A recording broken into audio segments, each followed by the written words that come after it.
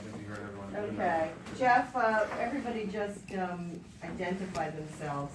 So we have a whole group from RIOC, we have a representative, two board members, we have your co-chairs of Island Services, we have Roger Sokol from the Department of Health, and we have, did I say two of our board members? Yes.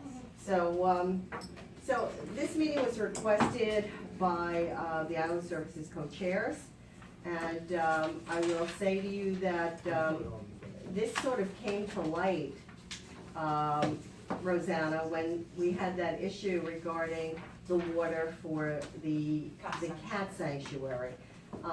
And frankly, I'm happy it came to light, because public safety is one of our primary reasons for being.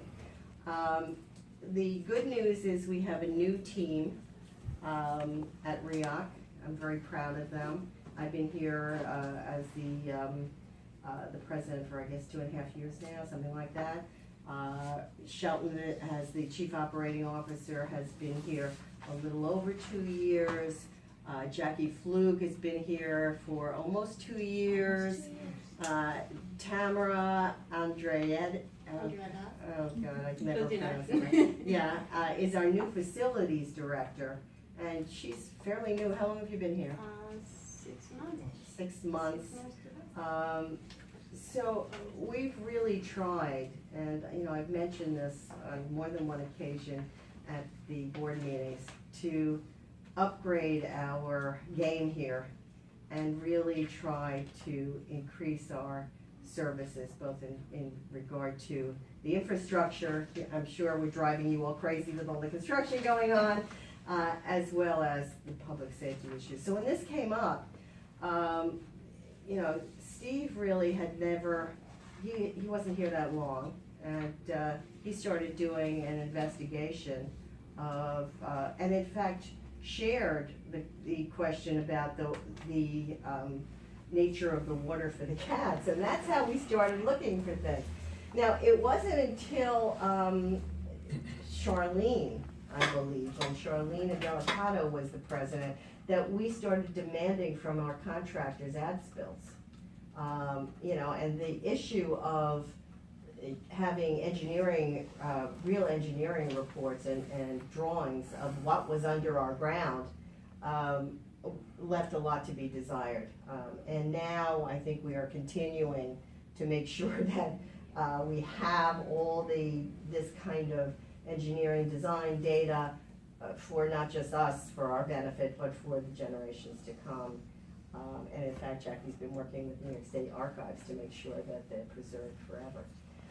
So with that said, we immediately brought in 2 laboratories and reached out to the Department of Health, because frankly, when we got the first report, nobody on our team, except for you and you perhaps, really could understand what the results meant for public health reasons. And Roger stepped up to the plate and tried to put this in, you know, layman's terms so we could truly understand it. So I'm giving you a little bit of a background, and then I'm going to turn it over to the experts. But in addition to that, we also brought in an engineering company to figure out what do we have to do to make sure that our water is safe, both with respect to the irrigation system as well as drinking water.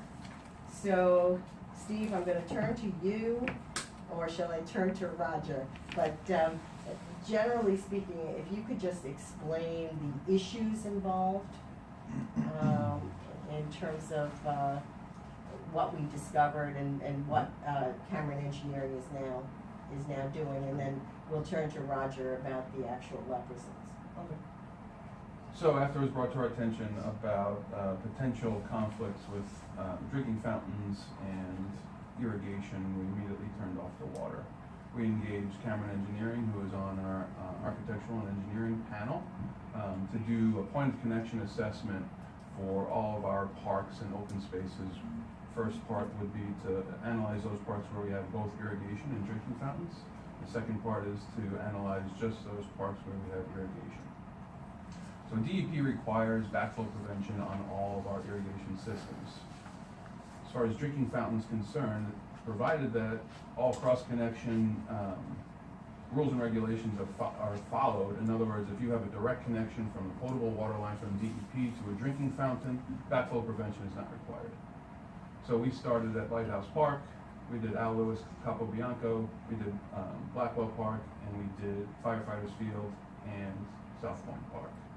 What we found is that we have backflow prevention at Lighthouse Park on our irrigation system, separate line and another backflow prevention on one drinking fountain by the picnic area. We have a direct connection to the DEP water line for the east fountain. The Lighthouse Park, we're compliant as far as the equipment requirements according to DEP. At Capo Bianco and Al Lewis Playground, what we found is a direct connection to our irrigation system and what seems to be a T or a cross connection to the drinking fountain at both the backstop of the ball field and at the playground in Al Lewis. That water is off. We also, at Firefighters Field, we do have, Blackwell Park, again, we're lacking backflow prevention. We've not turned back on the drinking fountains. Same deal with a bad cross connection between irrigation and drinking water. So, I don't understand. So, you said that at Capo Bianco, it's actually a direct connection to the irrigation system. So we have a point of connection that goes into the ball field, which feeds our irrigation system. Apparently, there is a connection to the drinking fountain. One at Al Lewis. That's the non-potable water source, or is that the potable? All water from DEP is potable. It's all potable, so it's Correct. just a matter of not having a backflow. Backflow prevention. The idea of Okay. backflow prevention required on irrigation systems. Right, so, okay, fine. So you can characterize those as cross connection. That's correct. They're cross connections with it.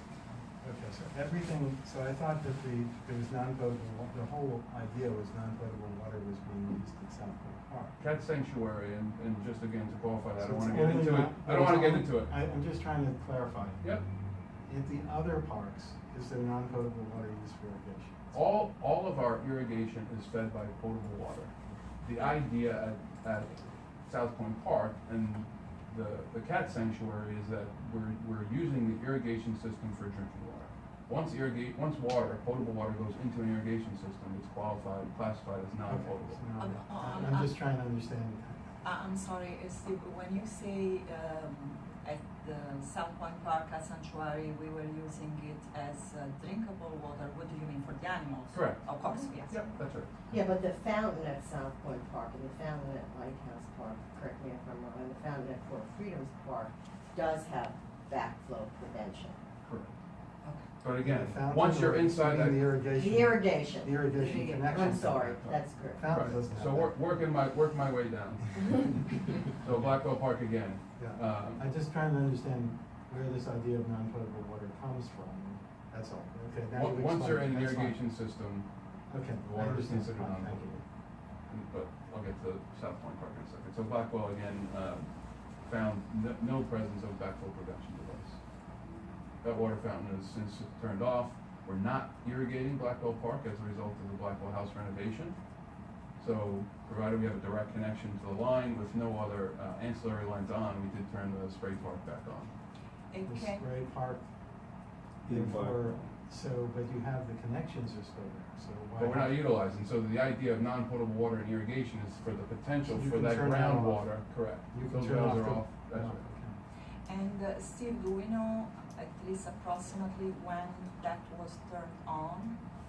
When the spray park When was did turned we back on? start that irrigation connection to the water fountain, do we know? As far as what year? Yeah. I do not know.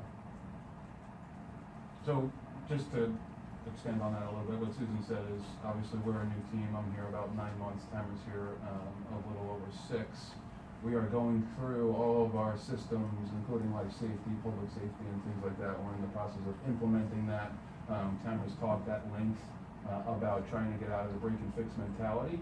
To that extent, we're actually now asking our internal staff to do only those things they're qualified to do. And working with the board, we are procuring on-call licensed contractors to do things like electrical, certainly plumbing, HVAC, fire sprinkler. We have an on-call roadway repair person. So again, we're now relying on our in-house staff to do more custodial things as opposed to going and doing a connection to a drinking fountain, which they have no business doing to begin with. So that's Blackwell Park. Firefighters Field, we have backflow prevention on our irrigation system, and a separate water connection for the drinking fountain. So they're compliant. That's compliant as far as this system goes. Yes. South Point Park, which is a recent kind of renovation with the comfort station and the connection there, I think circa 2010. We have a fully compliant system there as well with backflow prevention at the main point of connection, and a separate backflow prevention device for irrigation system, and a direct ductile iron connection to the drinking fountain by Smallpox Hospital.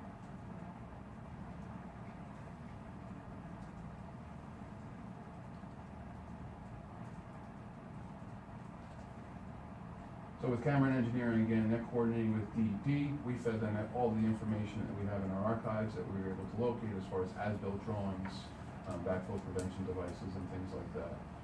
They also came on site, did a field inspection at all these locations, follow up for those oak parks or open spaces that have irrigation with no drinking fountains.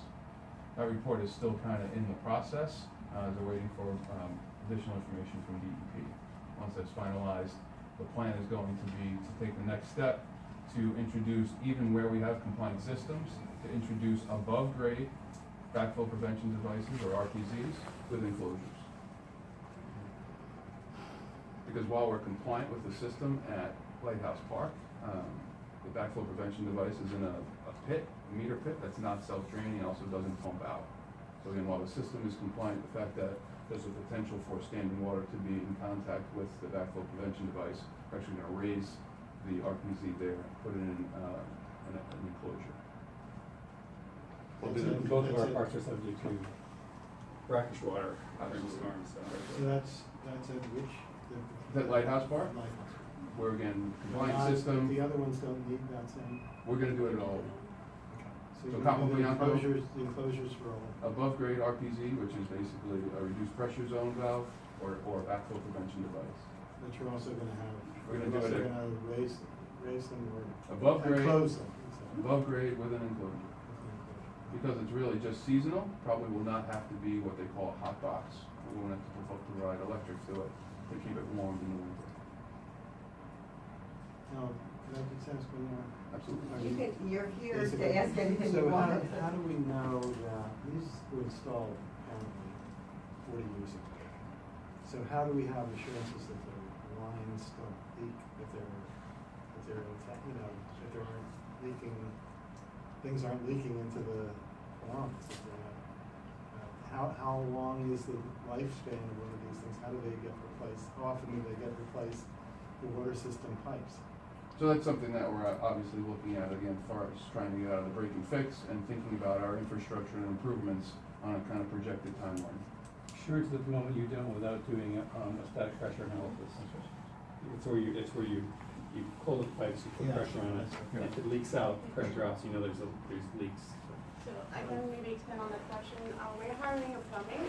We're hoping to go to the board meeting in October to hire a plumber, which will be doing annual inspections and checking that the systems are working, whether it's a backflow preventer or cleaning the drains or the things like that. So I tried an RFP earlier this year. We didn't get any response, so we reposted. So as soon as we get that person hired, they will go around and make sure that all our infrastructure has been tested. When you work on that contract, side note, make sure that they do something about the drain by the door of the good chapel, the lower door. Because The there's a number of collapse cases when the fall rains start coming, that well by the door fills up and then the water flows down into the elevator. Yeah. So if they can make sure that that drain is cleared, and we have a leak problem now, which exacerbates the problem. But I've personally been there on Sunday for church meetings, where it starts flooding the whole basement. And so I had to like get a bucket and bail it out before it flooded the elevator shaft.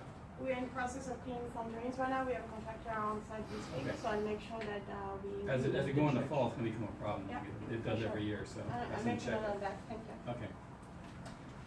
Steve, I have a quick question about Blackwell Park, because I know that there's, water fountains there, plus there's what I'm gonna call a kiddie fountain where the kids would play. Spray park. You're The calling it spray park? Spray park. Yes, ma'am. Now, was that one of the ones that you turned back on, or is that still up? We turned Spray Park back on Okay, because we're not using our irrigation, we haven't all season at Blackwell Park because of, okay, because of the because Blackwell you're House up with the renovation. construction. Okay, That's right. And the drinking fountains have also not been turned on. okay. So what we have there is the point of connection from a 12-inch water main on the East Esplanade, comes into Blackwell Park, and then from that point of connection, we actually tee off 3 lines, one for the fountain, one for the spray park, and one for irrigation. So those are all on 3 separate valves, the irrigation and that's my the irrigation and the drinking fountain valves have been turned off since the results of the test came back, and we're actually doing the So spray the park. reason why I ask that is I do know that when kids are playing in the fountain and stuff like that, they drink that water, so I But was. it's really the same water. I mean, Yeah, look, no, if you go yeah. swimming in a lake, you get more, it's Yeah, worse. knowing And that I've the done water testing, and my irrigation daughter stuff did is a all science done. project, so we actually treat bacteria, you're much more Right, so- contaminated. than- Yeah, no, true. So, I mean, I'm not belittling this at all, but we're all of an age where we used to kind of go up to the garden hose and drink directly from it. We were able to drink water out of our elementary schools, and now you go in and wash your hands and you see these big no drinking signs. For those schools that actually haven't updated their plumbing infrastructure, I think it's still all kind of fine, but Survived.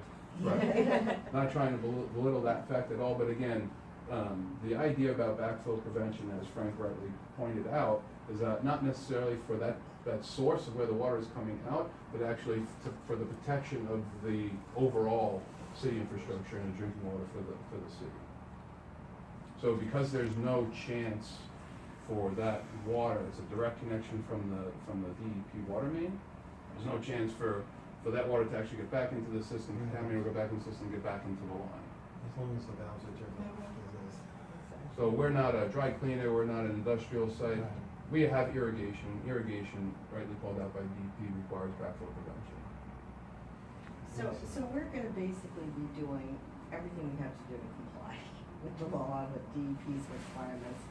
And we're going to be putting in 2 new comfort stations, which will have drinking fountains, both in Octagon as well as in Firefighters Field. What we do in addition to that will depend in part on our engineering report when we get it, the costs of redoing all these water fountains that exist, because frankly, I don't know yet what they're gonna cost, and, people walk around with bottled water all the time. I'm not sure if we have a specific amount of money to spend on this island, it may be better spent somewhere else. We haven't made that decision. We'll share the engineering report with the public, so everybody knows exactly, what these costs would be if we proceed to try to, reintroduce water fountains all over the So island.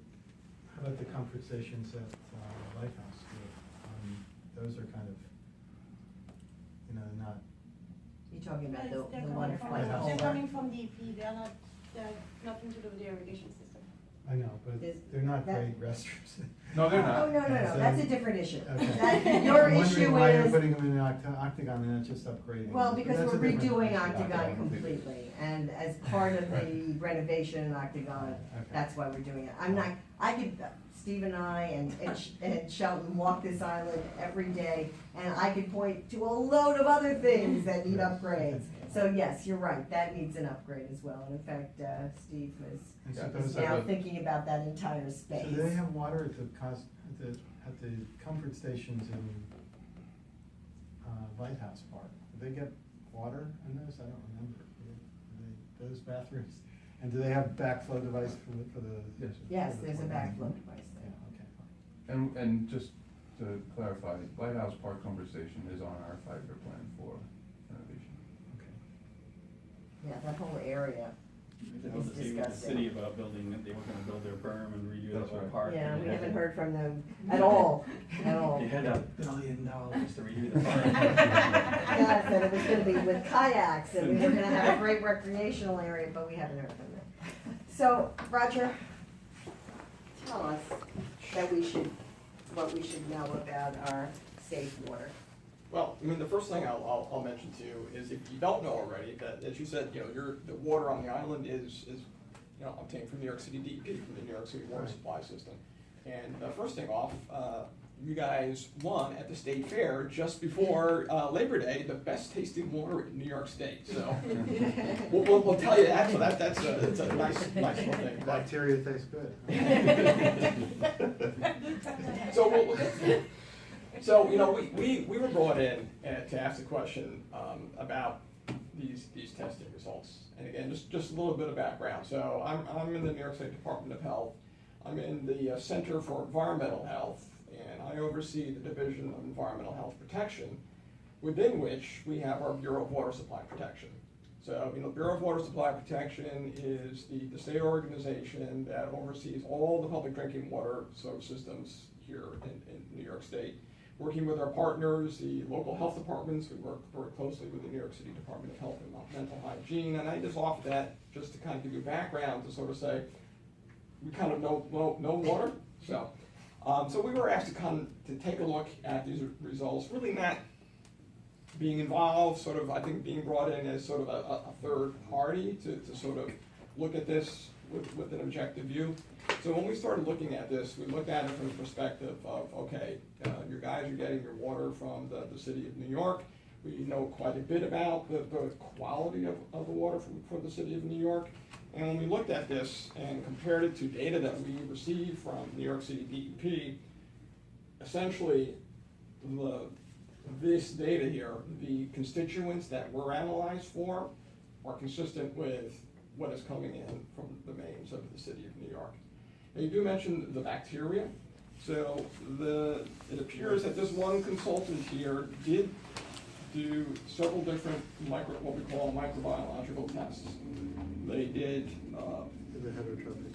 they did Plate total count. coliform, they did E. coli, and a heterotrophic plate count. How do they do E. coli? They also did E. coli. Yeah, how do they do that? It- Special plate? Or? It is, yeah. They special media standards. I'm a biologist. So then, with that, so the important thing here is probably the most important one from a public health perspective is E. coli. So, as a biologist, knowing sort of the history of where we come from in public health, back before we really understood the association between things like cholera and bacteria causing disease, most people were sort of dying from cholera because of contaminated water with fecal material. E. coli is a specific type of bacteria that is found within the intestines of warm-blooded animals. That's something that you don't want to drink. So that really is a very strict standard. So you start with a very specific bacteria that we know can have the potential to indicate that there's been fecal contamination. We then go out and we also look at as another indicator a very broad group of organisms known as totocoliforms.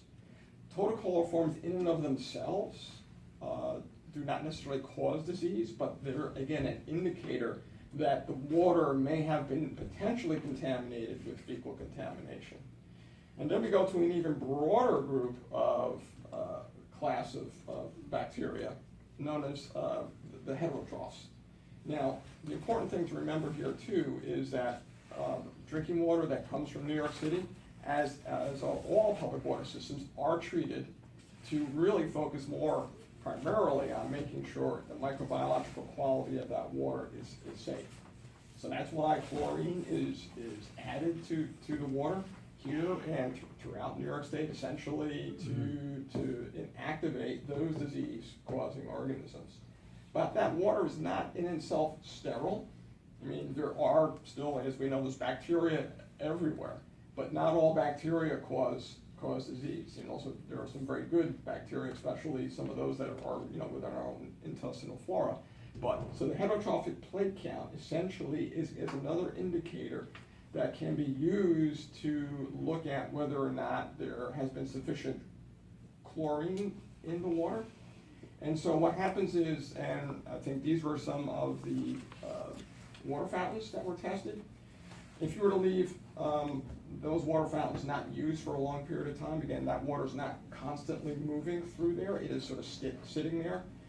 The chlorine residual itself starts to decline, and again, we said that this water is not sterile, that you can get some growth of bacteria. They, by themselves, don't indicate that they're gonna cause disease, but it's just an indicator that the water's been sitting there for a while. And that's why one of the recommendations, as always, first of all, when you turn on the faucet, you know, if it's warm, you don't wanna drink it, let that water run for a little bit to get fresh water in there. The way this test is done is like a first draw. So whoever collected that just went there, turned it on, collected that sample. So in those instances, and I think, I don't remember off the top of my head. We don't know what time of day they were collected, right? During the day, they came around, I would say between noon and 2, something. So we don't know that some of the fountains weren't turned on at some point before. And were there, so- were there different collections, different times, or just? No, they came in one day, they did all the fountain at once. So by the time they started, I don't remember if they started north or south. They just went from one point to the other. It took them maybe 2 hours, 3 hours. But Tamara, the fountains had been turned off before the Yeah, they were turned off before technicians the guy came. Yeah. But we So did, we don't know run- whether they ran the water No, they before. didn't. They They did might run have. some, so the first time they ran for maybe a minute, then that's when we got the initial report. Then when the second lab came, then they did a flush, and then we had a couple of samples that were still questionable, so they came again and did a longer flush for most particular 2 fountains. What do you mean longer flush? Longer 15 run, minutes or but part of something like the things that happened is, under normal operating conditions, when the sprinklers were all on a timer and people was doing, it's relatively low gauge pipe Right. and a short run. So the total volume of water, when the sprinklers are on their timers, it flushes that out like almost every day, every other day. And it goes out, and same with the fountains. When we suddenly turned it off and then let it sit there for a week or Yeah. 2 before they collected the samples, That's the not water good. was sitting still. Right. So with Rosanna, between the sprinklers in South Point Park and Rosanna's people going in every day cleaning the cat thing, those pipes were getting flushed out pretty much every day. When they turned it off and let it sit for a couple weeks before they took the samples, that water was now still. Right. And as I said, in and of itself, the heterotrophic plate count is not a public health indicator. It is used by water scientists to assess whether or not, essentially, the water's been moving, whether or not you have, a good chlorine residual there, if you're not measuring chlorine residual. So in and of itself, we don't use an HPC as an indicator of public health. It's really the total coliforms and E. coli, which water systems are routinely required to monitor for to ensure the integrity of their water systems. We do still occasionally find wood water mains in various old sections of the city of New York that blow when they're doing construction, and they're like, wow, it's been there 100 years. It is pretty amazing. I mean, this is an extremely old system, especially in Lower Manhattan. Well, I think it demonstrates that, because we've been in Italy and Europe a couple times, and like, there are Roman aqueducts that are still running. Well, relatively speaking, in the United States.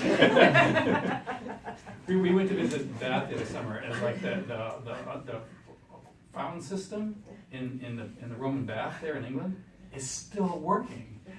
Thousands of years old. I mean, You might it's so see amazing. that's still being fed records. Yeah. from It's the pretty Romans. amazing. Yeah, Amazing, yeah. I think a After representative, a Yeah, so- representative of our laboratory has just joined the Okay. group. Our second So anyone has a laboratory, question? Right, the not first our question- first laboratories, from our second The laboratory. first question that we had from the general public, you clarify, was that there was a complaint that the laboratory that selected was not EPA approved. So could you clear that up for the recording? That they So, did swimming pools or something No, ridiculous like it's that, not. that was in the press. so not necessarily EPA approved. So here in New York State, we have an environmental laboratory approval program.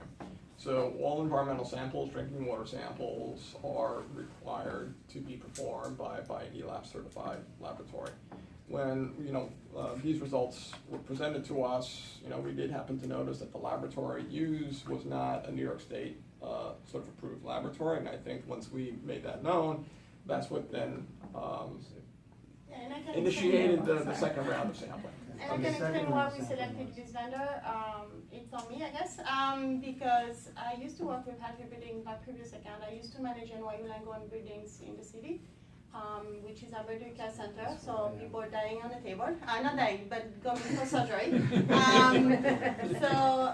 When I was there, since it was an emergency, we didn't have really time to beat it out and ask around thousands of labs how much they would cost. So I went to that lab because one, I knew the services.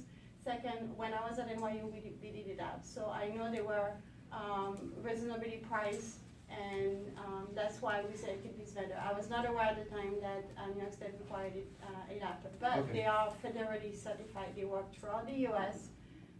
They do water sample and also indoor air quality. And I think there was a confusion about that. Indoor air quality is a separate business.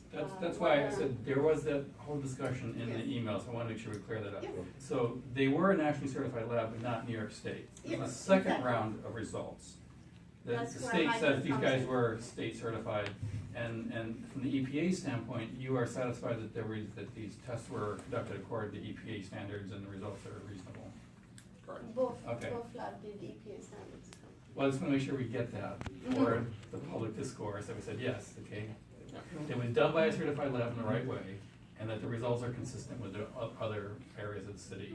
And the areas that were called out, we have an action plan to remediate, so. Can I just ask about the other things in the report besides bacteria? Sure.